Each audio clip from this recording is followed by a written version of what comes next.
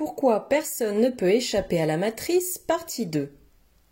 Bonjour, je suis Maryse Varou. Voici quelques commentaires supplémentaires que j'aimerais ajouter à ma vidéo précédente Pourquoi personne ne peut échapper à la matrice, partie 1. Je sais que le concept de base de matrice fait référence à tout le royaume de la Terre comme étant une sorte de projection numérique ou informatique émanant de la Lune, comme beaucoup l'ont décrit avant moi et un peu comme dans la série de films The Matrix.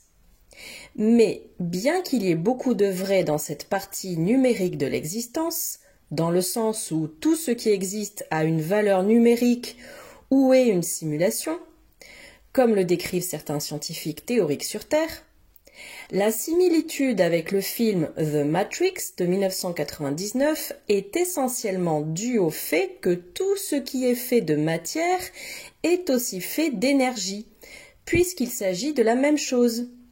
Et chaque chose, chaque particule, chaque petit morceau d'énergie possède une valeur numérique et une relation mathématique avec toutes les autres particules qui l'entourent.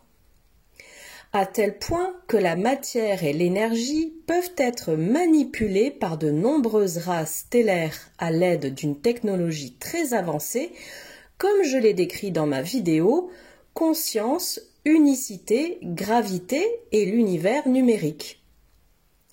Mais en dehors de cet univers numérique au sens strict et littéral, quand je parle de matrice, je me réfère spécifiquement à l'univers ou au monde entier qu'un être forme ou manifeste de par lui-même, en utilisant sa perception, sa conscience et les accords qu'il a formés avec d'autres êtres comme lui.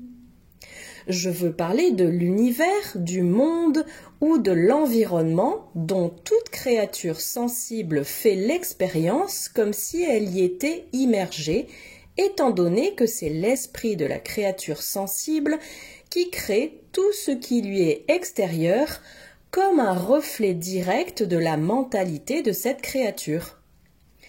En d'autres termes, ce que j'appelle une matrice est celle que nos esprits créent et pas tellement l'univers numérique littéral, bien que les deux soient liés et le seront toujours.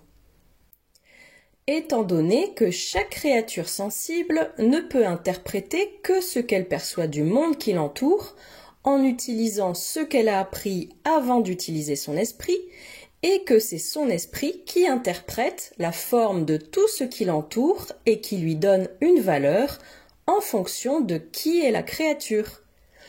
Pour reprendre un vieil exemple, une simple chaise est pour un humain un meuble sur lequel il peut s'asseoir, tandis que pour un chat, c'est un lit, pour une termite, c'est de la nourriture, et pour une fourmi, une montagne. Donc la matrice dont je parle est celle que nous créons tous en utilisant les valeurs communes et les interprétations que nous avons convenues avec d'autres êtres qui partagent le même monde dans lequel nous sommes.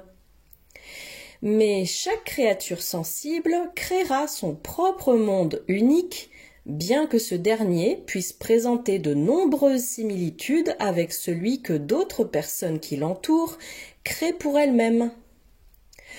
Comme chaque créature ou personne sensible a son propre point d'attention unique, il ne peut pas y avoir deux sujets ayant la même façon de voir, d'interpréter et de manifester le monde qui les entoure.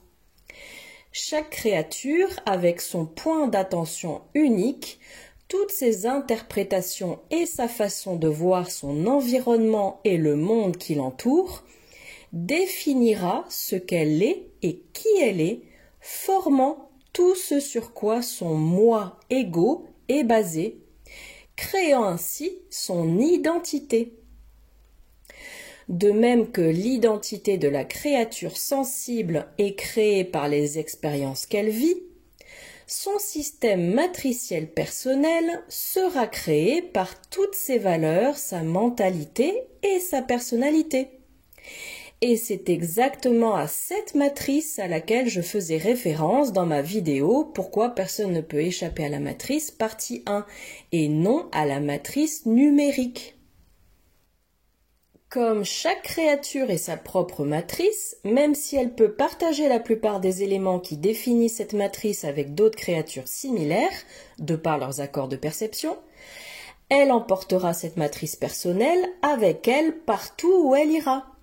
Et de ce fait, le sujet interprétera toujours son environnement avec sa lentille de perception, composée de toutes les valeurs qui ont formé sa propre identité d'ego en premier lieu.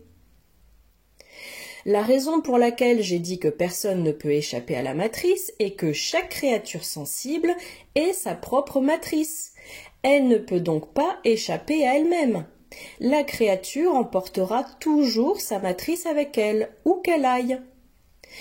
C'est une excellente raison pour laquelle la Fédération Galactique ne peut pas simplement libérer les humains de la Terre et les laisser errer librement dans la galaxie, car ils exporteraient toutes leurs valeurs pas très avancées partout où ils iraient.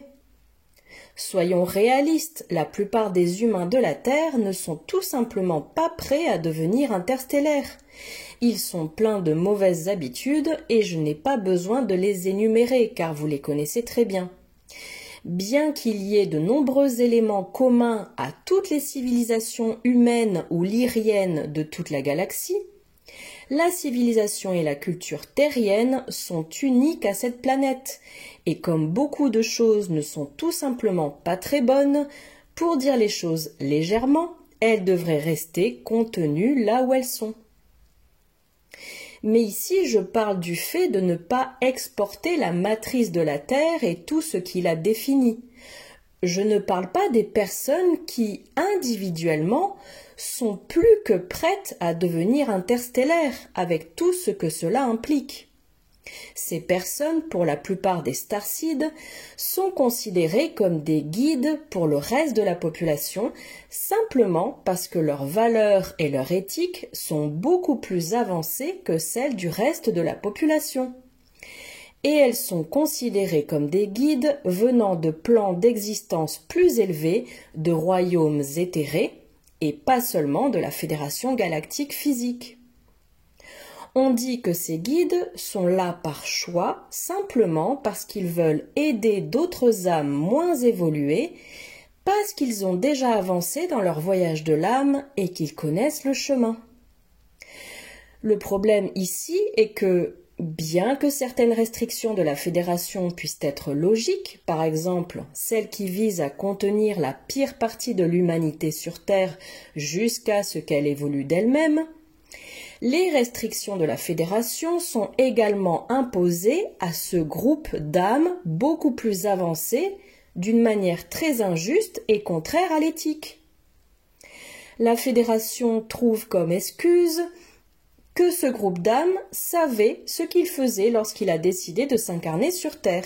Et de ce fait, elle ne tient pas compte du besoin de ces âmes de pouvoir s'expanser et évoluer par elles-mêmes et en toute liberté. Parce que ces restrictions les mettent au même niveau que le reste de la population, alors qu'en réalité, elles ne peuvent pas être traitées comme la moyenne, car leur éthique et leurs valeurs sont beaucoup plus avancées. Et beaucoup de ces âmes avancées peuvent en avoir assez de la vie sur Terre et vouloir retourner dans leur famille stellaire. Ces restrictions imposées par la Fédération contiennent ces âmes comme dans une prison, ce qui est injuste, car cela fait que la plupart d'entre elles sont destinées à terminer leur incarnation sur Terre avant de pouvoir retourner dans leur famille stellaire. Pour en revenir à la raison pour laquelle personne ne peut échapper à la matrice, je faisais référence au fait que personne ne peut échapper à sa propre matrice personnelle, parce que chacun est lui-même cette matrice personnelle.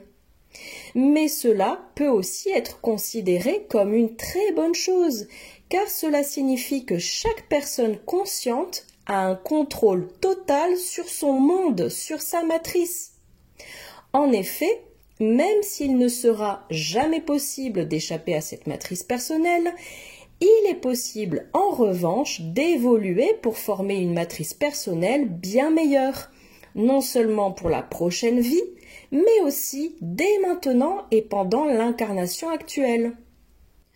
Tout ce que chaque créature sensible doit faire, c'est travailler sur elle-même, travailler à la construction de son âme, et le monde qu'elle perçoit autour d'elle changera en conséquence. Car tout ce qu'elle perçoit comme extérieur à son moi égo n'est en réalité qu'une création reflet de ce que cette âme est vraiment. Au sens littéral, il existe une manière d'échapper à la matrice qui consiste à évoluer au-delà de l'ego, mais sans jamais rejeter cet ego, simplement en l'incorporant et en l'assimilant comme une partie de qui l'on est. Non pas comme qui l'on est, mais comme une partie de qui l'on est, car chacun est bien plus que cela. Et une grande partie de ce moi égo est dissoute lorsqu'une âme se trouve dans des plans d'existence plus élevés dans les royaumes éthérés, car ces royaumes sont beaucoup plus proches de la source. Même s'il doit y avoir aussi des sortes d'accords de perception dans ces royaumes éthérés, ceux-ci sont probablement extrêmement avancés par rapport aux accords de perception que nous avons et partageons ici dans les domaines physiques inférieurs de l'existence. Mais on pourrait donc aussi avancer qu'il s'agit d'une forme de matrice. D'une manière ou d'une autre, nous ne pouvons pas échapper à nous-mêmes, à ce que nous sommes, mais nous pouvons évoluer pour être en mesure de créer une meilleure matrice personnelle et collective. Et cela, pour ce qui est d'échapper à la matrice, pourrait être suffisant. Merci d'avoir regardé ma vidéo. À la prochaine fois. Prenez soin de vous et faites preuve de sagesse. Avec beaucoup d'amour, Maryse Varou.